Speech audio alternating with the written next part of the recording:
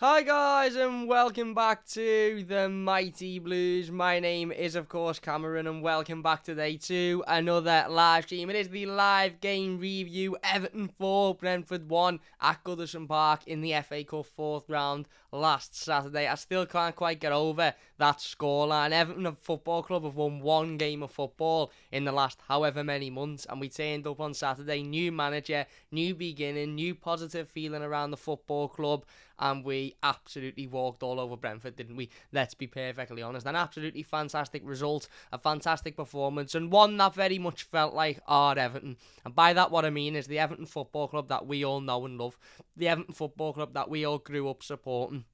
Fight, desire, passion, quality, ideas, quality in the final third. Not letting heads drop when we go when the opposition get a goal, picking your head back up, going again. Working hard, battling, fighting. Doing everything we possibly can to get that win. And that was what our Everton was. And we lost that. We've lost that over the last few years. And I'm not saying that one win fixes everything. Obviously, it doesn't. We've got a massively important game of football tomorrow against Newcastle. We will be doing the live game preview to that game, by the way, a little bit later on tonight. So don't forget to join us for that. And then we've got another massive game on Saturday against Leeds. 2 absolutely season-defining Premier League games. And I'm not saying by any stretch of the imagination that this result or performance on Saturday solves the issues that we've got at board level at the top of the football club, but what it did was for 90 minutes it made it feel like we were watching our Everton again.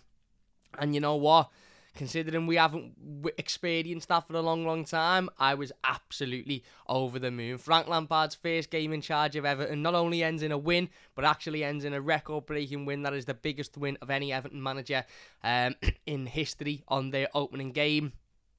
We won't be counting Marco Silva's 22-0 win against ATV Eidening because, obvious reasons. First, obviously biggest win in a competitive game for an Everton manager. And even, and again, I'm going to have to rein myself in a couple of times during the course of this live stream because I probably am going to get a little bit too ahead of myself and I probably am going to get a little bit too excited. But even with 3 or 4 days worth of training with Frank Lampard training these players and getting to know these players and preparing for that game on Saturday, even with only a matter of days worth of training, we just looked so much better, didn't we? We looked so much more organised. The football we were playing looked so much better. The team looked like it had ideas. The players looked like they were buying into a philosophy, buying into a plan from the manager. It wasn't just lash the ball up and hope that Dominic Calvert-Lewin, who obviously wasn't on the page, or hope that Damari Gray or Richarlison get on the end of it and make something happen out of nothing. It was none of that. And I spoke to a couple of people leaving the game on Saturday, and they said to me, yeah, but there was fight there today, Cam. That was the main difference. There was fight, and I remember saying there was a lot of fight. We were absolutely brilliant. The players didn't stop battling from minute 1 to minute 90, especially the likes of Anthony Gordon, who was absolutely exceptional. But I also said there was fight against Villa. And this isn't to take Duncan Ferguson out because, Duncan Ferguson ultimately had inherited the squad with, again, days to try and get something out of a really important game. And he at least had the players working hard, fighting and battling. But there was still very few ideas. It was still very much, as soon as we went 1-0 down against Villa, you had this sort of airy feeling that was it, that was game over. We weren't going to get it back into the game because it was still very much lump the ball forward and hope somebody gets on the end of it and hope that we can somehow score in from that situation rather than actually playing the ball on the floor, manoeuvring it, going forward, playing the ball around, one-touch passes, really nice football. But there was none of that. And considering Frank Lampard, as I said, has had these players for what was only a matter of days, before Saturday, we just look so much better. We look so much more organised. I know a lot of people will have seen all of the videos going around social media, but there's a lot of videos being put around social media, not even of just the goals that we scored, but just periods of play within the game where nothing really come of it. But you could just see how much better we were in possession. We spoke last week about Frank Lampard saying enjoy the ball and how some people said, oh, that's just a soundbite for the cameras to catch, and that's just something cringy that managers say. That won't mean a difference, this, that, and the other. But there was countless amounts of times that I was watching that game on Saturday, sat in my seat at Goodison Park, and I kept thinking, it's almost like these players are, quote, enjoying the ball. There was none of that hot potato nonsense where players were getting the ball, typically, previous to Frank Lampard coming in and just lashing it forward and going, I don't want this, I don't want the responsibility, I don't want the accountability, fuck it, get it forward, I don't want anything to do with it. There was none of that. It was players looking up, lovely one-touch passes on a number of occasions, moving the ball around. As I said, there's loads of clips on Twitter that have been put up. I think Everton put a few up in their highlights video as well, where nothing really comes of it, but just the football we were playing, you could see that there was an idea there. There was a reason for playing in that way. And, we won this game 4-1. And in the second half, we took a lot of the chances that we created. Obviously, we scored 2 goals from set pieces. But in that first half, we had 2 or 3 that on another day we scored as well. We could have been walking away from this game 6-7-1. And this is an Everton team who haven't been able to score for, a number of weeks. Certainly haven't been able to keep goals out at the other end. And the only goal we conceded was a penalty, which was, again, a dubious decision. So there's already instant improvement. And again, I understand it's one game, and I understand people will say, don't get carried away, calm, this, that, and the other. And it's absolutely right. There's an absolute monumental game on tomorrow evening against Newcastle, which we absolutely have to win. I'm dying to get a ticket for it, by the way. Me and Ned have been trying to get a ticket for the last 24 hours or so, but we don't seem to be able to. But it's massive. It's massive, and if we go out and lose tomorrow, then it does sort of, it does put a dampener on the performance, on Saturday, because, again, as I said, this game tomorrow is so vitally important, as is the game on Saturday against Leeds. But I'm also not going to sit here and go and dismiss the improvements that I saw on Saturday, because it's just one game. It wasn't just, as I said, walking out the stadium to a couple of people, it wasn't just the working hard on Saturday. We worked really hard, we battled, we fought, we put a shift in, but we did that against Villa for Dunk. I think there just was no idea, there was no quality, there was no real output against Villa, whereas on Saturday there was, and that was the main difference for me. The shift, of course, and that's the bare minimum. I've said it on a number of occasions on this channel, and I'll say it again, the bare minimum these players should be doing is giving 110% every time they step onto that pitch. If they can't give 110% every time they step onto that pitch, then they shouldn't be anywhere near it. That's the bare minimum. But that bare minimum will win you games, of course it will, but it won't win you a lot of games, and it won't win you games in an exciting manner. Whereas today, on Saturday, there seemed to be a bit more about us. We seemed to look a bit more structured. As I said, the one-touch play was good, the movement was good, the players seemed to be working for the manager and buying into the manager's ideas. Obviously, the crowd got behind the manager as well. It was just amazing. It was an amazing atmosphere. It was great to be at Goodison Park, and it was great to witness Everton actually, winning a game of football and doing it in a rather comfortable manner. I think I sat here on Friday when we done the game review, and I said, I'll take a 1-0, off some of these arse in the last 5 minutes, but how nice would it to be able to sit here on Monday, meaning today, talking about a performance where we were just absolutely unbelievable, and we scored like 4 goals, and we were great, and Brentford were never in the game. And that's exactly what we got. And I don't even feel like Saturday was the best of what could be. Because as I said, Anthony Gordon misses a chance in the first half. Richarlison misses a chance that 9 times out of 10 you'd put your house on him scoring. Gomez had one just flashed over. There was a couple of other chances that, we maybe could have done better with on a different day. And yet we still managed to win the game 4-1. And Brentford are a side that have caused a lot of teams, a lot of teams problems this season. They're not very good. Let's have it right. They're not very good, and that's another reason why we shouldn't get too ahead of ourselves and with this situation, because they're not very good. They've got a lot of heart. They've got a lot of desire. They work hard for the manager. They work hard for themselves, but they're not a very good team quality-wise. But they've beaten Everton this season. They've taken points off Liverpool. They've beaten Arsenal because they turn up against teams, and that desire, that commitment, that passion, will get them through in a lot of games. And when we played them in the Premier League, we had no quality. They beat us 1-0. Again, they scored a penalty in that game as well. And we had no quality to go up the other end and score. They weren't very good on that day either. But we couldn't put a ball past the goalkeeper. Whereas Saturday was much, much different. There was quality, there was determination. The forward players, Anthony Gordon, Damari Gray, and Richarlison, you can't fault them, and we will be doing our game preview a little bit later on tonight, so I don't want to give away any spoilers for who's going to be in my predicted starting 11, but what I will say is I will say this: I wouldn't be splitting that front three up. Even with Dominic Calvert-Lewin coming back into the team, obviously we know Donny van de Beek's available, Dele Alli's available. I know they don't play in forward positions, but I wouldn't be splitting those three up. I really wouldn't, because they were absolutely fantastic. Absolutely fantastic. You know, as I said, in the instant match reaction on Saturday, Anthony Gordon didn't score or didn't get an assist, and he was a 10 out of 10 for me. Very rarely will any player warrant that type of score unless they've been on the score sheet or been involved in a goal, especially an attacker. Anthony Gordon didn't get it either, and I still don't think he put a foot wrong. I really, really don't.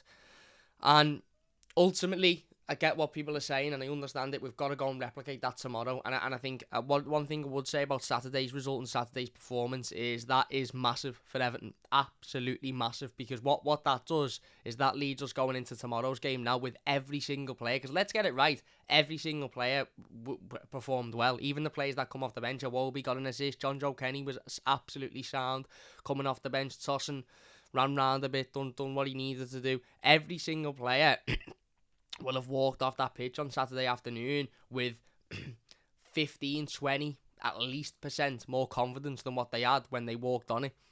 Michael Keane, Mason Holgate got a goal. You know, his confidence will have gone through the roof. Yerry Mina, Anthony Gordon, Richarlison, Anzos Townsend, Damari Gray, all of these players, Vitaly Mikalenko, will have all walked off that pitch on Saturday feeling much, much better than what they did when they walked onto it. And I personally would rather have that going for us and one less day's rest than an extra day's rest, and us go into tomorrow's game with it being such a big game off the back of what ultimately was a bad defeat a couple of weeks ago. You know, and again, we'd still have a new manager and the new manager bounce, but we've seen that new manager bounce and we've seen how well we can play with even just a couple of days. And I think if we play like we did on Saturday tomorrow, I think we'll beat Newcastle. And if we play like we did on Saturday against Leeds, I think we'll beat Leeds. And as I said, I've said before, if we can take 6 points out the next two Premier League games and an FA Cup win against Brentford, that'll be a fantastic, fantastic opening week for Frank Lampard in the Everton job, wouldn't it? And Saturday was exactly that. It was unbelievable. The performance, the result, the feeling around the football club. I haven't felt that good leaving Goodison for a while. I haven't. I really, really haven't. And you know, a lot is to be said about that. You know, the 4 goals. Fucking hell, when do Everton ever score 4 goals? You know, defending corners. Every corner that come in, we defended it relatively well. We didn't look like we were going to shit ourselves every time a ball come into the box. And yes, Brentford had a couple of chances. They did. Of course, they had a couple of chances. And, you know, Frank Lampard isn't a magician. He hasn't got a magic wand. He wasn't going to come in, wave a wand at the changing room, and all of a sudden these defenders were going to turn into absolute world beaters. There was times in the game where your heart was in your mouth and players were allowing Brentford players to get in behind. I think there was a couple of times in front of us where Michael Keane, Yerry Mina and Mason Holgate all completely got sold and Brentford got through on goal, but luckily didn't make anything of it. Ivan Toney got in a couple of times, and ultimately that was what the penalty come from, was Ivan Toney getting in behind the defence and causing a problem. And that will need to be fixed. And Frank Lampard said in his press conference today ahead of tomorrow's game that, you know, they've watched the game again and they've understood that there's certain, you know, areas that we need to improve on, and that is one of them, because if you do that against a better team, they will punish you for that. And that could have been 2 or 3 goals against a better side, a more clinical side, that would have made the game much more difficult for us. So we need to improve on that, but I don't particularly look at that and think, oh, well, that's a massive negative, isn't it? Because we know these defenders are susceptible to making silly mistakes. We know positional wise they're not great. We know for the last however many months they've been dreadful. 2 of them scored. Mason Holgate scored, you know, which will do him massive amounts of confidence. Yerry Mina, I think, is a little bit different because he's been the consistent, when he's been fit, the consistent good performer in that back line. But, you know, as I said, seeing the defence making mistakes and allowing Brentford in behind isn't a surprise and isn't something I'm particularly angry about, because this is the same group of players. And, you know, ultimately, within a couple of days, Lampard was never going to turn these defenders into the best in the world, was he? So we were always going to get that. But it was important that we dealt with it. And when we went up the other end, we took our chances. And that's exactly what we did. If you are enjoying, by the way, please hit that like button. It does only take a second if you're new to the channel. Don't forget to subscribe as well. That would mean an absolute massive amount to me. As I said, we will be back with the game preview to the Newcastle game tomorrow. Not tomorrow, sorry, that's today. Later on today, so don't forget to look out for that one. It will be around about 8:30, 9 o'clock, something like that, after I've been to boxing, and we'll be live. We'll be doing our predicted starting 11. We'll be talking about Frank Lampard's pre-game press conference, all of that sort of stuff as well. So if you are enjoying this one so far, please hit that like button. If you're not subscribed, then please do so, because it means when we do go live later, you'll get a little notification and you'll be able to become one of the first people to get involved and have a little chat with us about it. Let's start with Frank Lampard's team news then, because I think it was a slight surprise to some people. I personally wasn't particularly bothered about it, because I said to myself before 2 o'clock, before the team news was coming out, that no team news announcements could sort of move me away from the fact that this is a new beginning for Everton, a new start, and a start where we have to get behind the manager. I was, before the team news was announced, I'd said to myself, I don't really care who's in there or who isn't in there. I'm going to get behind the players and I'm going to get behind the manager, because that's what we've got to do, regardless of whether we agree with the team or not. And I suppose, surprisingly, but also not surprisingly at the same time, Frank Lampard went with a sort of 5 at the back, 3 at the back formation. Obviously, we had Vitaly Mykolenko at left back, Jordan Pickford in goal, of course, which again maybe was a surprise to some people, given Asmir Begovic was preferred by Rafael Benitez in the previous round, but not to me. Frank Lampard said he was going to go with the strongest team, and if you're going with your strongest team, you go with your strongest goalkeeper. Vitaly Mykolenko at left back. The 3 in the middle were Ben Godfrey, Michael Keane, and Mason Holgate and Seamus Coleman. Michael Keane, Ben Godfrey, Mason Holgate, and Seamus Coleman in the back line, which I think that selection in itself maybe got a couple of Blues frustrated, or maybe a little bit confused. It was disappointing to not see Nathan Patterson in there, and disappointing to not see Nathan Patterson in the entire game, to be honest with you. I'm absolutely itching to see him and what he can bring, but I'm sure his time will come. But it was that Yerry Mina being on the bench. If you're not fit to be in the starting 11, then how are you fit to be on the bench? And if you're fit to be on the bench, then why aren't you in the starting 11? Obviously, as it is, he ended up coming on in the 16th minute or whatever it was anyway. But you could understand why there was a lot of nervousness within that sort of back line. In the midfield, we had obviously Andre Gomez and Alam. Again, some people are a little bit nervous about that, considering that, obviously the lack of pace there. And then Damari Gray, Anthony Gordon, and Richarlison's the front 3, which was pretty expected. But I feel like the majority of Evertonians, certainly the ones that were in and around us and on social media and stuff that I read, were more so just sort of saying, get behind the team, get behind the manager, don't worry about the starting 11. The manager's got a plan, he's got reasons for it. There's obviously reasons why Yerry Mina isn't starting, and there's obviously reasons why Nathan Patterson isn't starting, or this, that, and the other.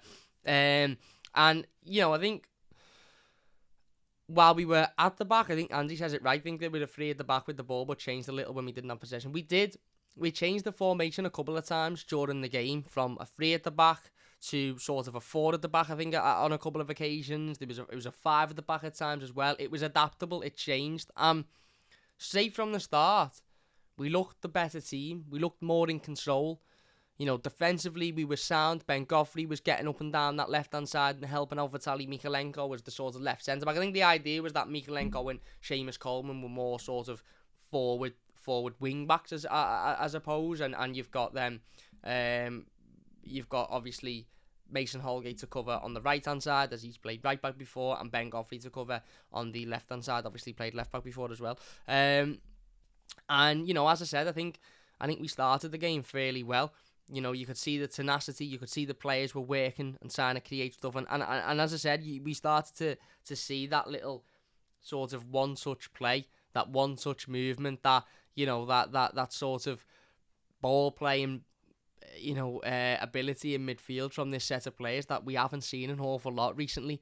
Players picking the ball up, looking up, and not just thinking, shit, I need to get this away from me as quick as possible because I don't want the ball anywhere near me. They were looking up, they were looking for a pass. If they didn't have a pass, they'd turn around and play it off. Alan and Andre Gomez were absolutely superb, absolutely unbelievable throughout the entire game. They worked hard, they battled, and on the ball, the pair of them were quality as well. On the ball, I don't think either of them put a foot wrong for 90 minutes. And as I said, the back line were fairly solid, considering it was a back line that consisted of 3 centre-backs that have made mistakes and have caused us trouble this season. I think certainly for the opening 15 minutes whilst Ben Godfrey was on the pitch, they looked relatively okay. Yes, there was a couple of scary moments, there was a couple of early moments, but nothing too troubling for Everton, and you could see that Damari Gray was trying to get on the ball and make things happen. Anthony Gordon was trying to get on the ball and make things happen, but it was a rather quiet first sort of 15 minutes, wasn't it? And then all of a sudden Ben Godfrey goes down with an injury. We now know that this is a tear in his hamstring and he's set to be out until at least March. Frank Lampard has confirmed that in his pre-game press conference today. He had a scan on the injury, and best case scenario, he's going to be out until, at least sort of mid-March, end of March. Obviously we wish Ben a very, very speedy recovery, and it's devastating because you could tell the minute he went down.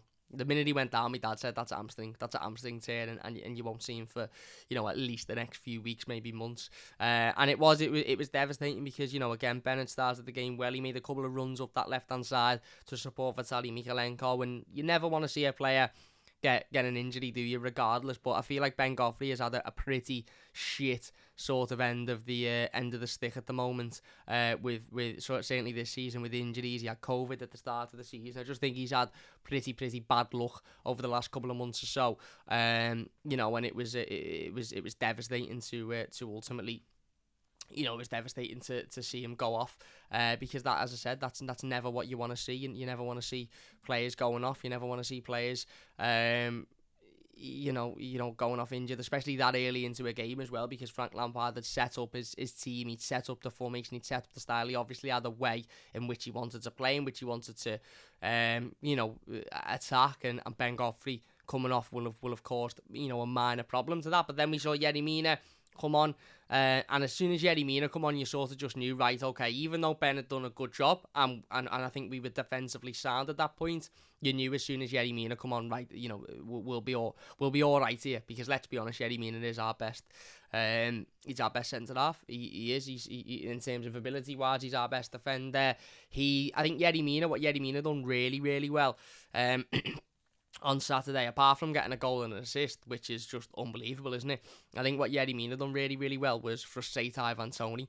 Ivan Toney spends a lot of the game throwing himself on the floor and in the referee's ear and trying to get as many decisions as he can. And I think ultimately that's the reason why he ended up getting a penalty, is because he didn't stop moaning for 90 minutes. But I think Yerry Mina done a really, really good job of doing what Yerry Mina does. And I've said this before about Yerry Mina, and I'll say it again. I can't express how important it is to have a player who has got that sort of attitude and personality to wind opposition players up. Every one of the best teams in the world have got a player in there who is genuinely top quality, but also has got that little bit about him that opposition players and opposition teams hate to play against, because he'll be in your ear, he's physically, he'll be battling with you, he'd be in the referee's face, he'd be in the referee's ear, he'd just be doing absolutely everything he can to get every decision for his team, and that's what Yerry Mina is. That's what Yerry Mina is. The nearest I can think of is them lot across the park with Andy Robertson. Horrible footballer, always in the referee's ear, always, laughing and smiling at other players. But you want that type of mentality in your side, and Yerry Mina is that. He's a wind-up. He's a wind-up, and you know that if any of the opposition players try and get at any of our players, and maybe, some of the other players that aren't necessarily as, up front as maybe Yerry Mina, Yerry Mina will be straight over there in their face. There was one where I think Ivan Toney threw himself on the floor, and there's a video of it going around. Yerry Mina just looks at him and bursts out laughing, and it's that will get forwards frustrated. It's that forwards will think, I'm not having that, and then they'll lose their head, and then all of a sudden their game plan and what they want to do will go out the window. Top forwards won't, because top forwards will, will put it to the back of their mind and think, well, I'll have the last laugh in the end of the day. But most forwards and most players will just get overwhelmed by that, that frustration and that annoyance, and will just lose their heads then, and then that's them taking out the game. And Yerry Mina does it so well. He really, really does. And we're talking about a defender here who's played against Lionel Messi, arguably the best footballer in the world on a number of occasions, and had that sort of relationship with Lionel Messi. And, you're seeing in the Copa America this past summer, they had sort of a little rivalry going on there between themselves, because Lionel Messi knows how much Yerry Mina can get under your skin, and that's exactly what you need. And he's done it on a number of occasions with Ivan Toney, and I feel like it put Ivan Toney off the game a lot. I really, really do, because other than the penalty, which he scored, and he's very good at scoring penalties, to be fair, he never had anything in the game, Ivan Toney. He really, really didn't. So Mina come on, and all of a sudden, as I said, we looked much better straight from the off. We looked calmer, we looked more secure defensively, and that's just because of how good Yerry Mina is. That's just because of how good the defender is. And then we again, as I said, you started to see that one-touch football. You started to see that attacking press that Frank Lampard had implemented in those first couple of days in charge of Everton. We were getting forward. We had, an opportunity where Anthony Gordon got it on his left foot, had a shot, and it just went over the bar. We had that one where Richarlison dinked the ball. I can't remember who it was. Was it Gordon or Alan dinked the ball into Richarlison, and he was one-on-one with the goalkeeper, and he lashed it into the park end. As I said before, 9 times out of 10, you're putting money on him scoring that easily. I think Seamus Coleman had a little chance. Richarlison had the chance earlier on where he got into a good area. He had a shot, curled it, tried to curl it far corner, and the keeper got fingertips on it. And then Andre Gomez has a shot, gets to the edge of the box, lashes a shot, and the goalkeeper tips it over, and it goes out for a corner. And all of a sudden you're thinking, right, we're piling the pressure on here, we're playing good football, but we're having opportunities, and we're just missing that lack of quality. We're just missing that little bit of something extra to get in front. And bearing in mind, this is an Everton team who in their last 10 Premier League games, I think, have gone 1-0 behind. And more often than not, gone 1-0 behind very early on in the game as well. So this side at the moment, and these players at the moment, aren't used to going 1-0 up and having that momentum. Aren't used to going 1-0 up and thinking, do you know what? Let's build on this now. Let's try and make something of this. They're not used to that. They're used to going 1-0 down and then thinking, hell, how do we get back in this game? That was what if I would sum up Rafa Benitez's Everton career in one phrase or sentence, it would be: we always went behind, and then we were always chasing games. And sometimes early on in the season, we were lucky enough, or we were good enough, or we caught the opposition slacking, and we were able to get back into the game and win it. But as his career went on, we become less able to do that, and we were just losing games of football consistently then, because that was it. We never started games quickly under Benitez. We were never on the front foot from the off. We were very rarely scored the first goal, even when we were good early on in the season. Burnley, Southampton, we never scored the first goal. We very rarely dominated in the first halves. And as I said, you could see in this game on Saturday, even from the opening 20-25 minutes, that we were pushing, we were trying to score. Brentford had, I think, one shot in that first half where, again, a little mishap defensively allowed, I don't know whether it was Sergi Canos to get one-on-one with the goalkeeper, with Jordan Pickford. He had the shot and Pickford saved it in his sleep, really, as he does. But anyway, we have a corner. Ball comes in, and who's there on the end of it? Big Yerry Mina, towering header above everybody, really, really good header, and it's in the back of the net, and Everton are 1-0 up. And as I said, a feeling that we haven't felt for a long time. We haven't felt for a long time, and that is going 1-0 up. Against against anyone really. When was the last time we went 1-0 up in a game of football? Especially in the Premier League. I know this is in the FA Cup, but we go 1-0 up. At that point, I'm thinking, right, go and get another one now. Go and get a second. Go and get a third. Kill this game off completely. As I said, some of the football we were playing, we just looked an awful lot better. And I know some people will say, calm down, it's only one game, don't get it ahead of yourself. 100%. I'm well aware that it's one game and we shouldn't get too ahead of ourselves and this, that, and the other. I get it completely and I understand it. But the last 1-0 at home was Watford, as Thomas says it was, and look at how that game ended. But it's not getting ahead of myself, I don't think, to say that I watched that game on Saturday and felt that we were playing football that I didn't know this team was capable of playing, to be honest with you. One touch. As I said, to coin Frank Lampard's phrase, enjoying the ball. It's not a cringy saying that he's put out there for the cameras or that he said to make it sound good. because you can genuinely see, if you go and watch back, Everton's performance against, can't even remember, who did we play before Brentford? I can't even remember. Villa. Go and watch Everton's performance against Villa, and the way in which we just wanted to get rid of the ball at every opportunity, or Brighton the week before, or whenever else, Brentford the last time we played them, and then watch Saturdays, and you will see the clear, distinct difference of the players picking their heads up and looking for passes, not being afraid to, keep hold of the ball, move the ball around, not being afraid to do the one-touch passes, not needing to rush anything, not thinking, oh my God, if we don't score in the next 10 seconds, then we're going to lose the game. Just moving it around nicely. Lovely football. As I said, if you've not seen them, loads of clips on Twitter of nothing even comes of it. Brentford might intercept it, or the ball might go out for a goal kick or a throw-in, but there's periods of 2 minutes, 2.5 minutes of us just playing nice football. Now, that's a new phenomenon for Everton, because we haven't seen that for a long, long time. So I'm watching these clips thinking, even though I know nothing comes of this is unbelievable to watch, because I didn't know these players were capable of it. And if you go and watch the build-up to Richarlison's goal as well, you'll see lovely one-touch football being played around, keeping the ball, moving it. Every time a Brentford player comes, we don't just, comes near an Everton player, we don't just lash the ball into the stands and shit ourselves. We play a nice ball off, we move it, this, that and the other. And then ultimately, again, ball gets to Alan. Alan plays a world-class pass to Richarlison, by the way, and Richie makes it 2-0. But the overall play was just so much better than what it has been in recent weeks and months, really, if we're being perfectly honest. And that was it. We get to half-time, we're 1-0 up, and you're thinking, right, okay, we've got that advantage. We have had a couple of other chances that you're sort of thinking, maybe we should have taken, but you're hoping that in the second half we can go and kill the game off, and and not allow Brentford to get back into the game, which was the big thing.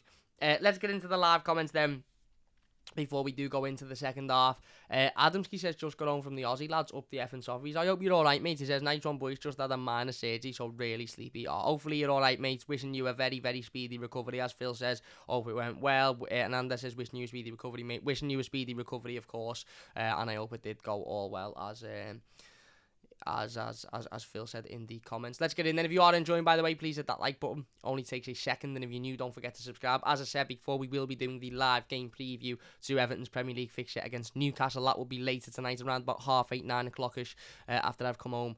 We'll be doing that. And yeah, join us for that. If you're subscribed, you should get a little notification when we go live. So if you're not subscribed, hit that button so you do get that notification. And if you are enjoying, by the way, please hit that thumbs up button. Semi says, what a performance. Come on, you Blues, up the toffees. Is right, mate, absolutely. Louis says, in it, even Gomez played well. He did. Gomez was phenomenal. So excited for tomorrow, says Mr. Hovo. And that, I think, that is one of the big positives to come out of Saturday, isn't it? Is that we're all now looking at Newcastle. And I think instead of looking at it and with our head in our hands thinking, fucking hell, this is going to be a disaster, we're still looking at it thinking, this is such an important game. I'm still absolutely shitting myself for tomorrow, because I know the importance of that game. I know just how much we need that 3 points, just how badly we need to win that game, and Saturday against Leeds as well. But I'm now thinking, if we play like we did against Brentford, we'll walk all over Newcastle. Yes, they've got a couple of new players in there. Yes, they've got a couple of Premier League experienced players in there. But if we play like we did on Saturday, we'll be sound. We'll be absolutely sound against these. No problem at all. So that extra added bit of confidence that comes from what a performance like Saturday's can do for you, and what a result like Saturday's can do for you, that is what's so important, isn't it? We're now looking at Newcastle going, yeah, can't wait for this. We'll be boss. You'll have Donny van der Beek in there, Dele Alli, Dom's back in the squad. All the players that performed, with the exception of Ben Godfrey on Saturday, will be there ready to go. The players will be more confident. The manager will be more confident because he's had that one. He's got that win under his belt now. This is the perfect time, ultimately, to play a side like Newcastle. And hopefully, as I said, if you get a couple of wins in the next 2 games, then things are looking much, much better, aren't they? Hey up Blues says, Philip, what's happening, mate? Wormy says, fellas, yes, Wormy. Hashtag Blue Crew says, Semi is right. Liam says, up the effing softies. Yes, Liam. Jake says, love Everton. Where do you sit, Cam? I sit in the park, mate.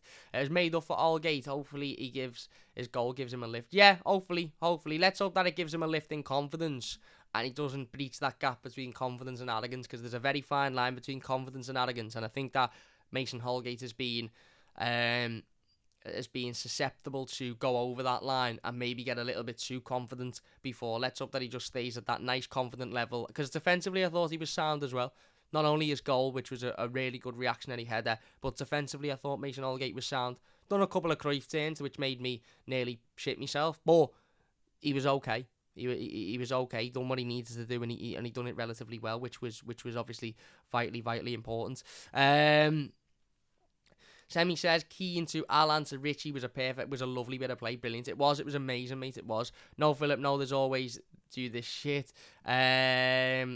Eugene says Lewis Dobbin nominated for January Premier League Player of the 2 of the month. Yes, he is. Delamere says the quick 1-2 passing movements and triangles were really enjoyable to watch. Gomez was a joy. Yeah.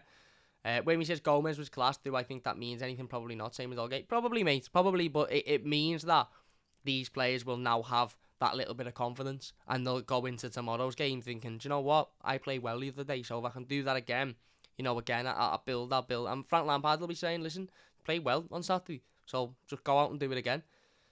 Plus, let's say Frank Lampard kept the same 11, which he might well do. The old saying of never change a winning team, especially a winning team that was absolutely brilliant. Let's say he keeps the same 11 tomorrow. Pardon me. As to what won on Saturday. Not only are you looking at an 11 that have just absolutely breezed past Brentford and done it in really good fashion, but you're then looking at your bench and looking at Dominic Calvert-Lewin, Donny van der Beek, Dele Alli, Anwar El Ghazi, maybe Lewis Dobbin on there as well, Nathan Patterson maybe. You've got options. If it's not going well, you've got options to bring on and change the game, and that's what you want. You want options. You want a bigger squad. You want a better squad. That back heel from Tosun to Townsend was also brilliant. From Iwobi to Townsend was also brilliant. Yeah, it was. Do Van der Beek and Ali start tomorrow? Who would you leave out? Very harsh to drop anyone. Will we be doing our predicted starting 11, as you know, Ian, on our game preview later tonight, and you will see whether I think Donny van der Beek and Dele Alli should start tomorrow. So join us for that one. Delamere says, think again it shows there's a player inside, but it's consistency. Let's see if they can give it week in, week out. Yes. Hi, Camai, everybody. I'm a bit late, but what a win, says Jason. Spot on. Unless the new lads have impressed in training, I think maybe the same 11, bring them on as subs. Interesting. Thoughts on Everton playing Boreham Wood in the 5th round? Listen, obviously, forgot to mention that, didn't I? Boreham Wood obviously beat Bournemouth last night 1-0, which was fantastic to watch. I watched the game, it was unbelievable. Fantastic for Boreham Wood as well, which is great. I think they're the only non-league team in this round of the FA Cup. The other teams are all from the top either Premier League or the Championship. Obviously, we've seen Kane Smith, right wing back, with Tony Hibbert's top on at the end of the game. Massive Everton fan, goes to the game often, and said, I think, a couple of days ago that he'd love to play Everton because he's a vivid Evertonian. He looked absolutely made up to get through. Yeah, listen, I think it's amazing for Boreham Wood. We'll welcome them to Goodison. I know the chairman is a massive Chelsea fan, so I think he's looking forward to meeting Frank Lampard. But it'll be a game. Because, they showed yesterday, Bournemouth are a decent side. Bournemouth are doing well in the Championship. And Boreham Wood showed yesterday that with a bit of heart, with a bit of desire, and with a bit of commitment, you can catch these types of teams slacking, and you can get results. So Everton have got to be absolutely at their best. And if we are at our best, I think we'll win this one comfortably. But we've got to, we can't look at Boreham Wood and think these are shite, we'll beat these, we'll play a average 11. Go and play the strongest 11 and go and beat them 5, 6, 7-0. And then at least you can say, well, we didn't underestimate them. We showed them the utmost respect by playing our best players. And then, obviously, we'll be in the next round as well. So it shouldn't be too much of a difficult tie, but it could be a tricky one if we underestimate them, and that's why it's important to not do that. Semi says, can't believe I'm sat here and can't slag a Wobie off. Eugene says, Frank Lampard said in his press comments about Ben Godfrey, yes. Jem says, Blues, and Ian says, big blow that Eugene Mina can stay fit now. And Jason says, Ped and Baz were saying earlier when Brentford beat us, both teams were awful. They were dreadful. Brentford aren't a very good football team, whether you like it or not, and whether there's any Brentford fans in here that want to disagree. They're not a very good football team. It's as simple as that. Kevin says, sorry, Cam, we're talking curry here. Lol. No worries, mate. I had a curry yesterday, so I'm well up for talking curry. And Darren says, great video, mate. You're spot on, and you're right on saying we couldn't be going into tomorrow in better shape. If anything, players should be performing better as there's more competition. Yeah, spot on. Absolutely, mate. As I said, I'd rather be going into the Newcastle game off the back of a 4-1 win than going in there with an extra day's rest, off the back of a loss to Villa in a couple of weeks ago. Because the players now will be feeling much more confident. The fans are feeling much more confident. The amount of Evertonians I've seen today saying, I can't wait for tomorrow now. Can't wait for tomorrow. Imagine we wouldn't have played on Saturday. It would have been looking forward to Frank's first game, but nervous for tomorrow now. Where I think we all know, if we can put a performance in like we did on Saturday, no disrespect to Newcastle with all of their 422 new players, but I think we'll beat them. I really, really do. So, but anyway, as I said, we've got to do that, and that's a task in itself. And Newcastle will also understand that they've got to put a fight in, and this game is as much of a must-win for them as it is for us. So it'll be tough. It will be tough. Anyway, let's get into the second half. Then, if you are enjoying this one so far, please hit that like button. It does only take a second. And if you're new to the channel, don't forget to subscribe. That would mean an absolute massive, massive amount to me. So the second half kicks off. Obviously, no changes have been made at this point. And you're sort of looking, or I'm sort of looking, thinking, right, go out and kill this game off. Go and get the third goal. Go and get the second goal. Kill the game off. Absolutely, destroy Brentford's confidence or any sort of, second win that they may have had coming into the second half. And then, let's win it, move on and take that confidence into Tuesday. Literally within the opening 5 minutes of the second half, lovely little bit of play, lovely one-touch passing around as we were doing in the first half. Again, playing decent football, which is just mad. When was the last time we actually played decent football? Lovely one-touch passing. Michael Keane gets in, plays a lovely ball to Alan. Alan plays an absolutely spectacular ball over to Richarlison. A spectacular ball over to Richarlison. World class, by the way. And this goes under the radar because Alan goes under the radar.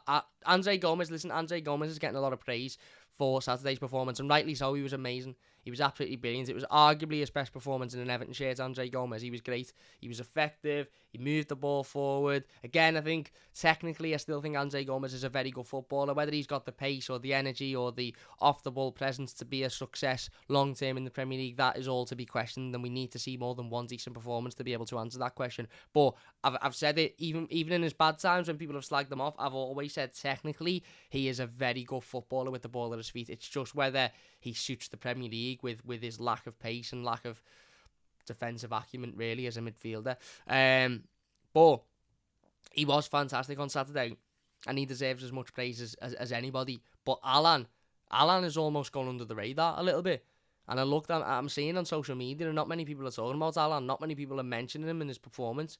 Alan was world class, absolutely world class. If Frank Lampard can get that Alan every time he plays and every time we play, then we've got an absolute top player on our hands. I even think, and this isn't just another dig to dig out Rafa Benitez or to get at Rafa Benitez, but I even think Rafa Benitez was probably mismanaging Alan is slightly in the way in which he was asking him to play and what he was asking him to do. I actually think it was sort of nullifying the actual quality of Alan, whereas what we saw on Saturday was his ability on the ball, his ability with his feet, his ability to get out of tight situations, and ultimately his ability to show that bit of quality when needed, and that's exactly what he did for Richarlison's goal. Unbelievable dink ball over the top, unbelievable dink ball into the top, over the top, and Richarlison gets on the end of it, and yes, okay, the Brentford goalkeeper, was it Diaz, runs out to get a sausage roll.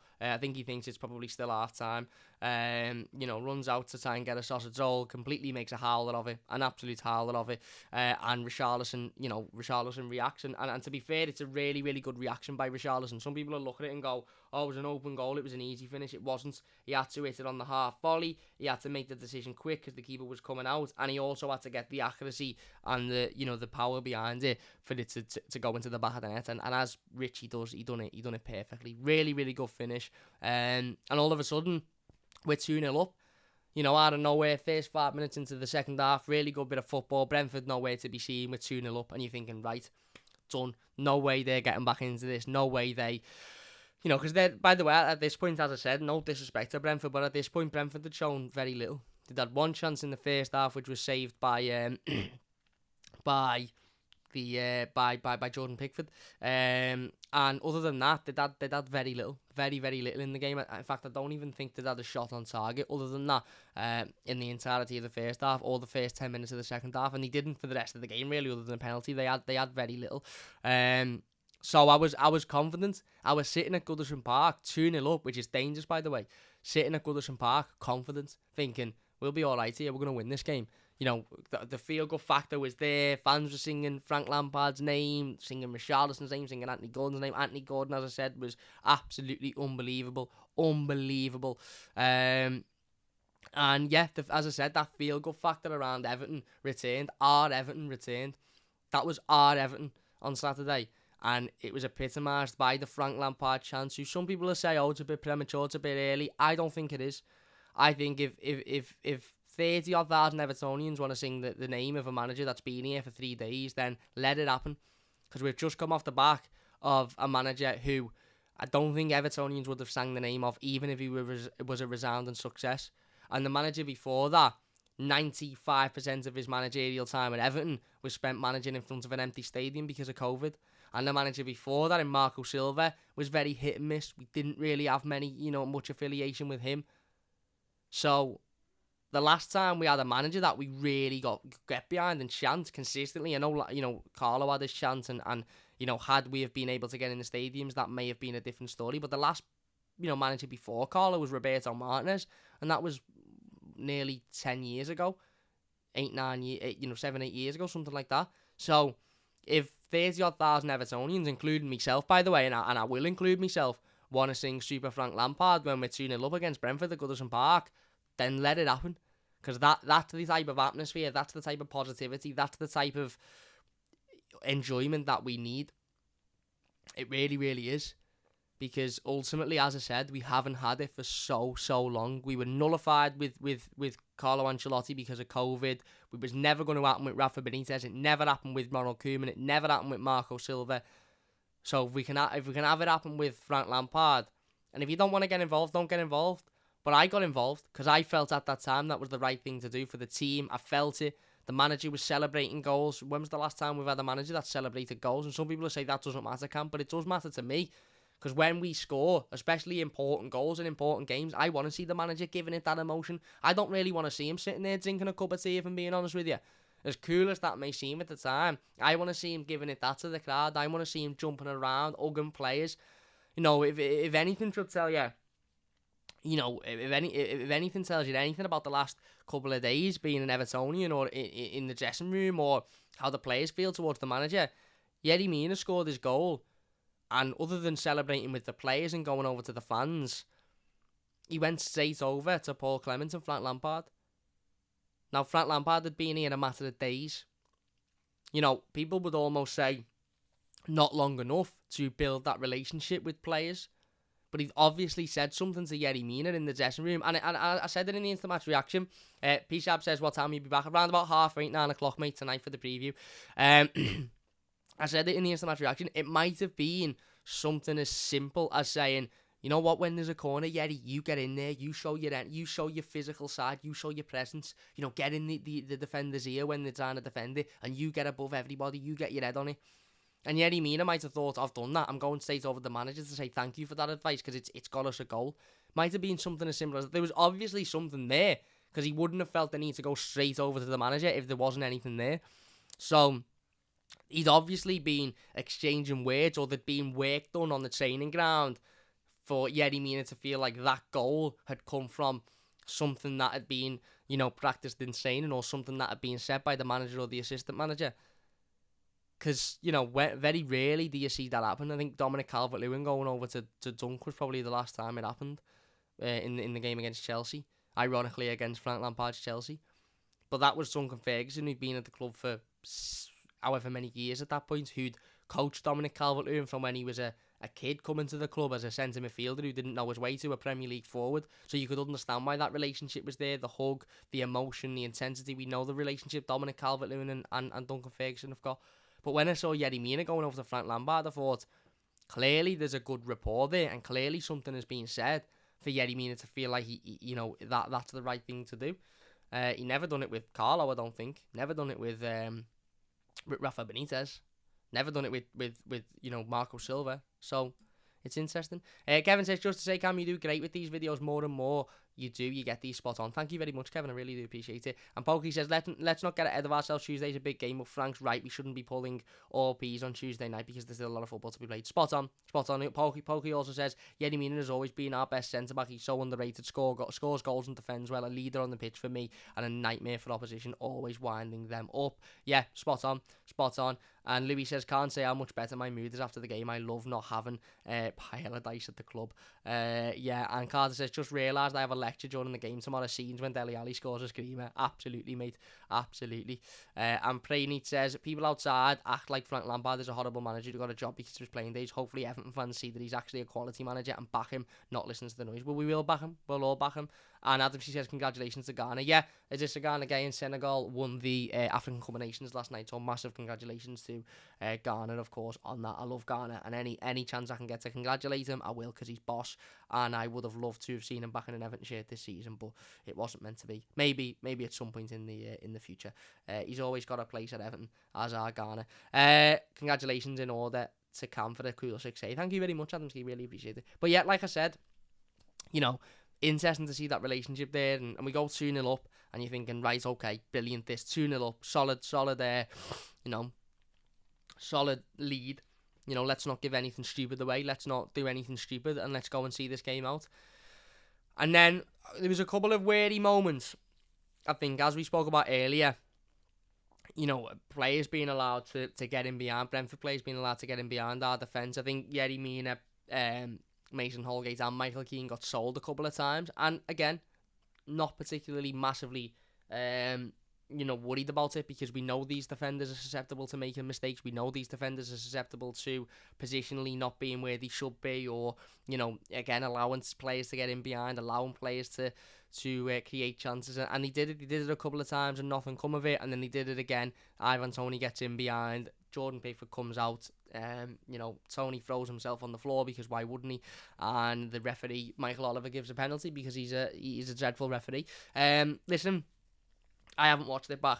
I've watched every one of our goals. I've watched minutes of us just playing lovely football that amounted to nothing, but I was just so surprised we were playing nice football that I wanted to watch it. I haven't watched the penalty back, if I'm being honest. I've seen a couple of people say it was a blatant dive and it was never a penalty.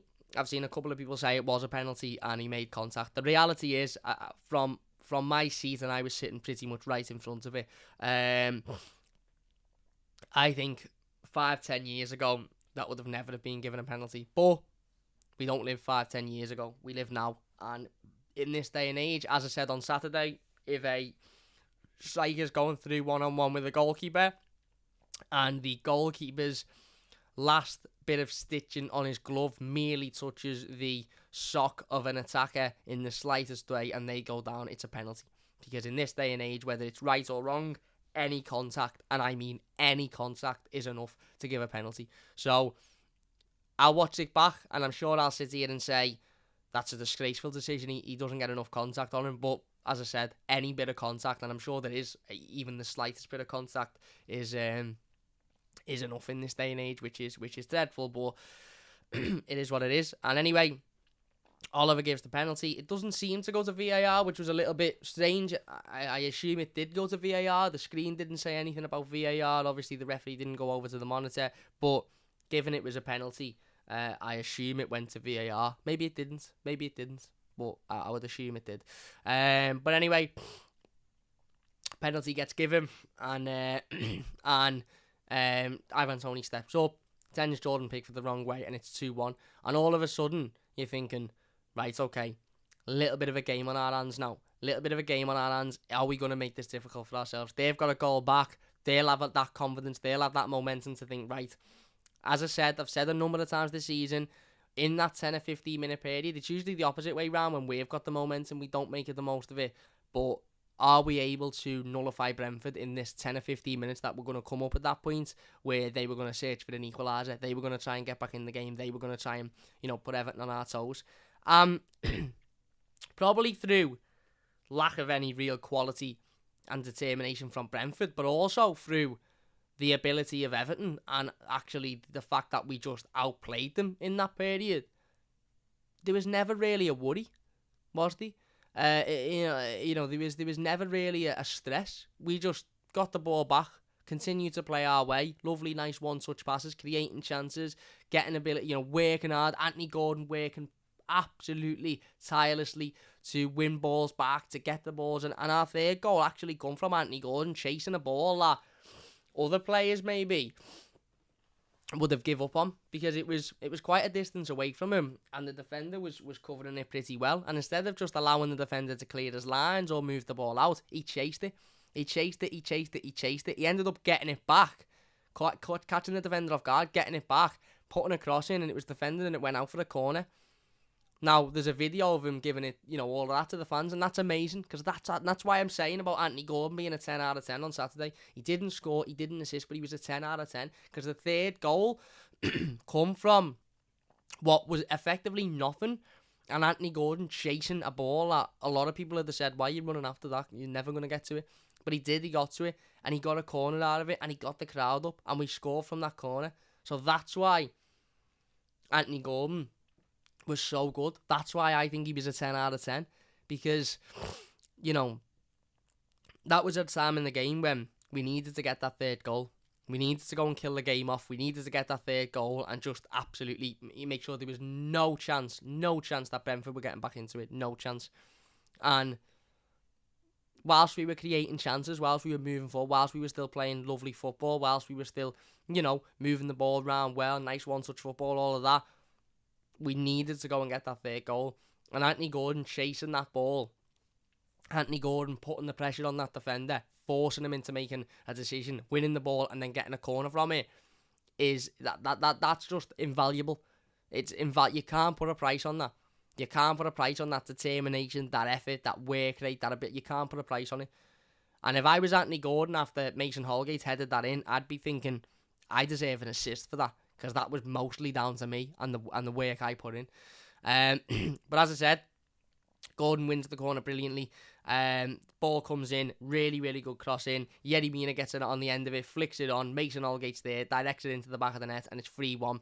Yerry Mina's now got a goal and an assist during the game, which is just unbelievable. And Mason Holgate gets a goal, which, as a lot of people have said, will do him fantastic for his confidence. Listen, whether Mason will now go on and be a solid defender for the rest of the season, or whether he'll go on and still continue to make silly mistakes and not be good enough, that's a conversation for a different video. The reality is, he scored a goal. It was a good goal.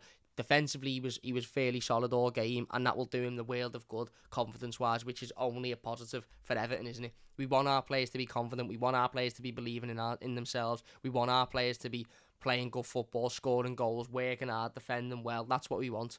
Whether we believe that they've got the ability to continue it or not, that's what we want. And as I said, Mason directs it towards goal, and we get that third goal with 3-1 up. And at this point, I was probably thinking, right, this is it now. This is done. These aren't getting back into this. They had very little quality anyway. But we pushed for more, we pressed for more, we wanted more. If you are enjoying, by the way, please hit that like button. It only takes a second if you're new. Don't forget to subscribe. That would mean an absolute massive, massive amount to me. If you do subscribe, by the way, and you hit that little bell notification, you'll get a notification later around about between 8:30 and 9 when we go live with the game preview to tomorrow's Premier League game against Newcastle. So don't forget to look out for that one as well. If you're thinking, how do I make sure I'm around for that live stream? Hit the subscribe button and hit the bell notification, and you basically, whatever you're doing, your phone will say, The Mighty Blues has gone live now, and you'll be able to get straight on it. I am going to sneeze, by the way, so bless me. These things happen when you're live. Listen, we're not the BBC. It's not Match of the Day. I can't do a sneeze and then say, edit that out and we'll start again. This is live. This is live television, baby. This is what happens. We sneeze. Sometimes we sneeze. Sometimes we cough. Sometimes we need a drink. I don't think I've ever farted, but you know, it might happen. Who knows? This is live. Who do you think Frankie will play tomorrow, says Glovin. Well, we were doing, as I said, doing our game preview a little bit later on, and we'll be doing our predicted starting 11, and I'll be giving my prediction of who I think will start. Simon says, hard to judge who will start tomorrow as they've all played so well, but we have the star signings now. Yes, they're available. They'll be rested, I think. There'll be changes, says Wormy. Interesting. Liam says, when we got first linked to Frank, I thought, a bit weird that. How wrong was I? Feels like a pair of shoes on that fit me for the first time in 10 years. Up the toffees lids. Yes, mate. Well, listen, again, as I said, it is still early days, and it's only one game, and we've got a couple of big games coming up. But I do get what you're saying. It almost feels right, the Lampard appointments, and seeing him on the touchline, and seeing him celebrating, and seeing the pitches, and seeing the performance. I just hope, I really hope that he's the right man. I do. I really hope that they've got this one right, because they've gotten so many wrong previously that surely, on the law of averages, they'll have gotten this one right, surely. And I really hope they do, because, again, we can't really afford to have another failed manager, but I just think Frank Lampard and Everton go. I don't know what it is. I don't know why I've not seen it before, but I just think Frank Lampard and Everton go hand in hand. But it is only early. And Everton Blues said, do you think we'll win on Tuesday? I actually do think we'll win tomorrow, I do. But anyway, as I said, we go 3-1 up, and you're thinking, right, okay, that's it now. Done and dusted. These won't get back into it. Are we going to push for another one, or are we just going to be happy and sort of settle for 3? But we didn't. We pushed. The manager made a couple of changes. He brought on Alex Iwobi, he brought on Andros Townsend, he brought on Cenk Tosun, he brought on John Joe Kenny.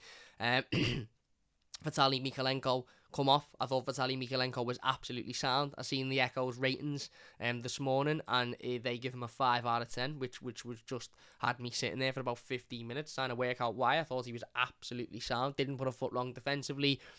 Yes, would have liked to see him get forward a little bit more and maybe contribute, at the other end of the pitch a little bit more. But I've not got any real problem with that. Again, we had enough going forward in Damari Gray, Anthony Gordon, Richarlison to sort of mean that we weren't reliant on Vitaly Mykolenko getting forward. But defensively, he was absolutely sound. He worked hard. He made a couple of really good tackles, and there was a couple of moments where he was called into action, and he done exactly what he needed to do.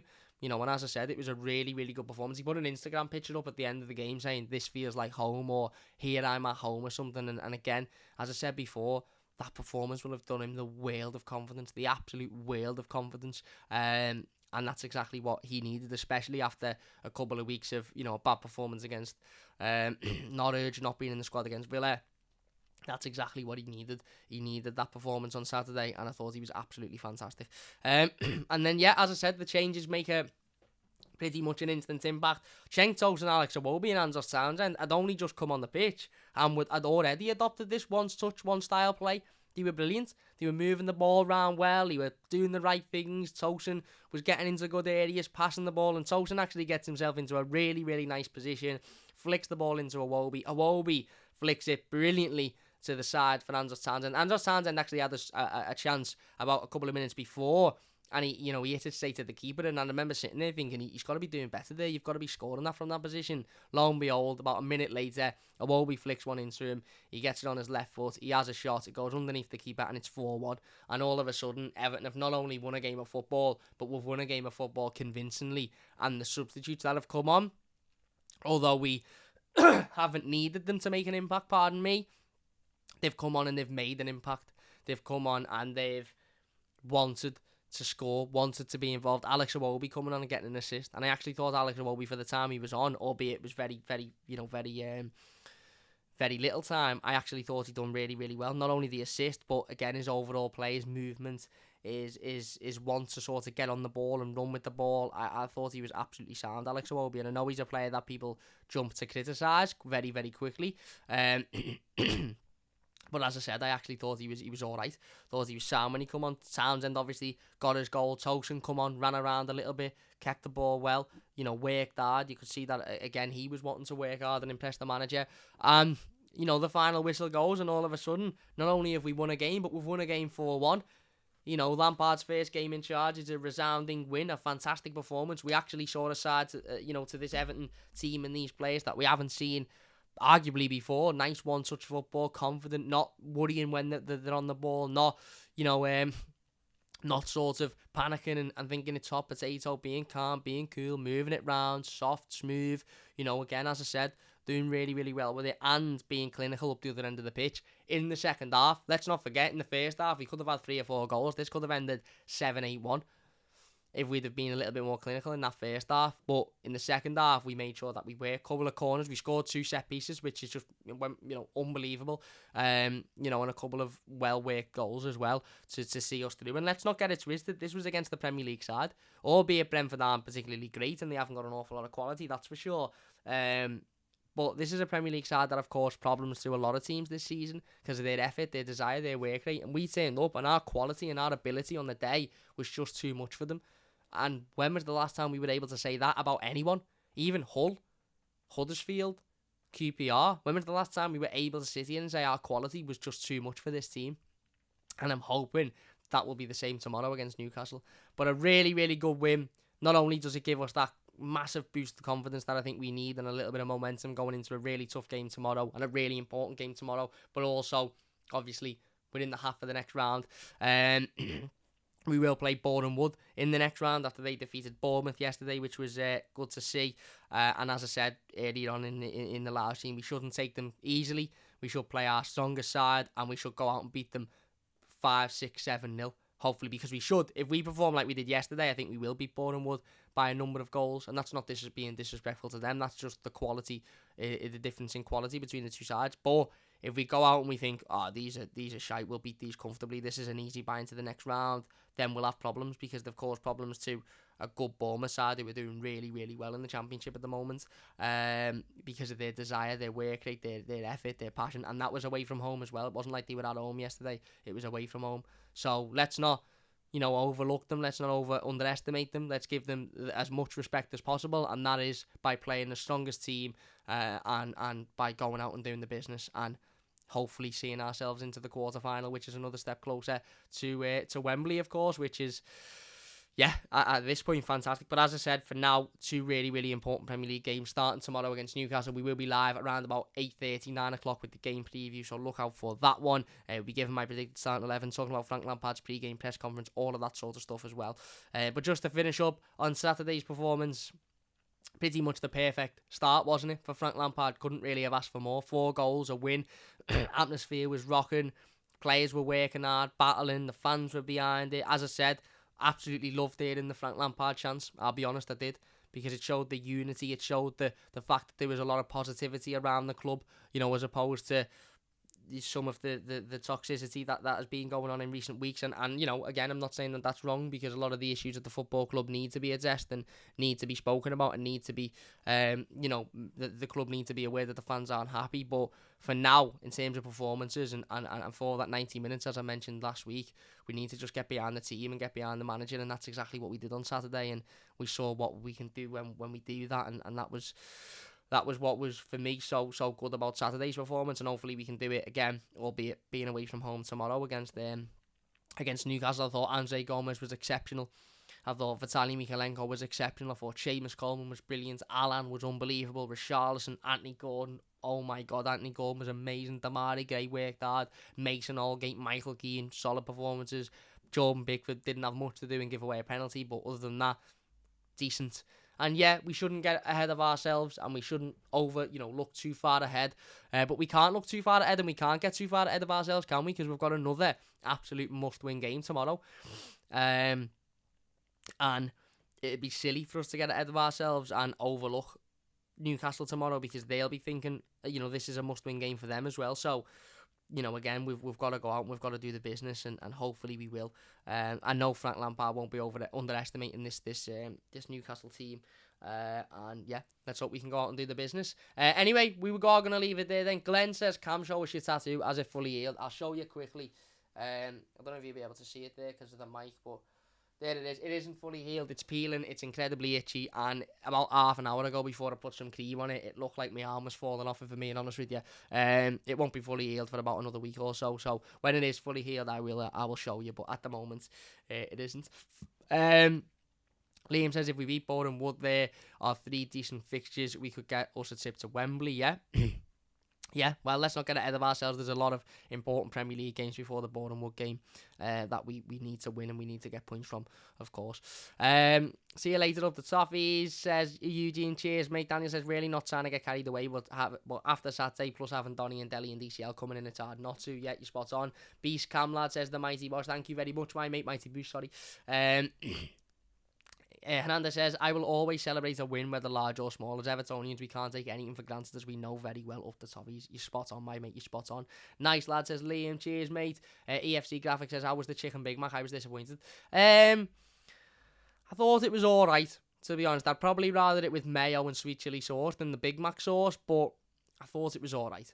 Come get yourself some Bepanthen from the chemist. I've actually got some Palms cocoa butter because that's what the artist recommended, but I have actually had Bepanthen before and it does work well with their tattoos, but the cocoa butter works well as well. So but yeah, you're spot on with me. Asmi says see you later.